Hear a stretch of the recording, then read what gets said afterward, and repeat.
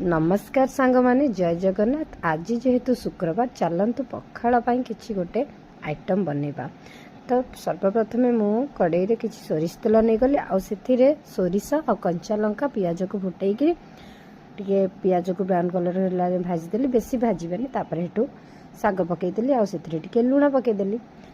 शाग को भल भाव में भाजुची। एपटे शाग भजा चलती सेपटे कौन कर बैगण आउ टमाटो ताकू भी पड़ी कहीं टे पाग कर खाइबा भल लगे। स्वामी कहले कि ता सहित टिके सुखुआ कर जो लुणी सुखुआ आमर अच्छी। तो मुझे लुणी सुखुआ को टिके समय गरम पानी रे भिजे देती जहाँफल कातीटा भल भाव में छाड़ीज आ भल भाव में क्लीन हो। तो एपटे मुझे हाथ धोई पुणी से शाग को जाकरी भल भाव में भाजीदेली। एपटे आसीथिला माछ आउ ता सहित चिंगुड़ी कहीं मो झील माछ खाएनी।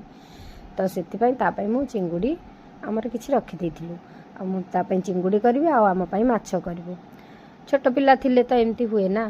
तो एपटे देखते सांग मैंने शागटा भल भाव में भजा चलती कहीं ता डांग गुड़ा जब टे टाण रही शागटा खाया भल लगेनि ना से। तो एपटे सुखुआ को मुझे भल भाव में क्लीन कर देकी मुझे नाकू हलदी पकईदेवी आउ से तो लुण पड़ोनी जेहेतु लुणी सुखुआ। एपटे शाग आमर रेडी हो गला। सेपटे लुणी सुखुआर टिके हलदी पकईदेली आकु भल भाव में टिके मसमसिया करके भाजवा तेल टिके अधिका कि तेल दे देछि जेमति कि सुखुआटा भल भाव में भाजी हो।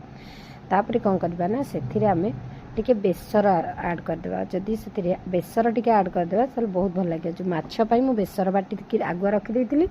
तो से बेसर रु जस्ट हाफ चामच पकई देकरी से जस्ट टिके पानी आ कंचा लंका टिके कंचा लंका गुंड टिके पकईदेली। आ लुण तो पड़ोनी पकईकी ताकू भल भाव में मुझे भाजीदेवी।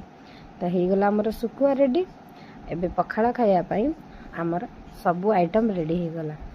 तो चलतु एबे पखाड़ खाइबा। कौन कौन आइटम करछि देखिबा।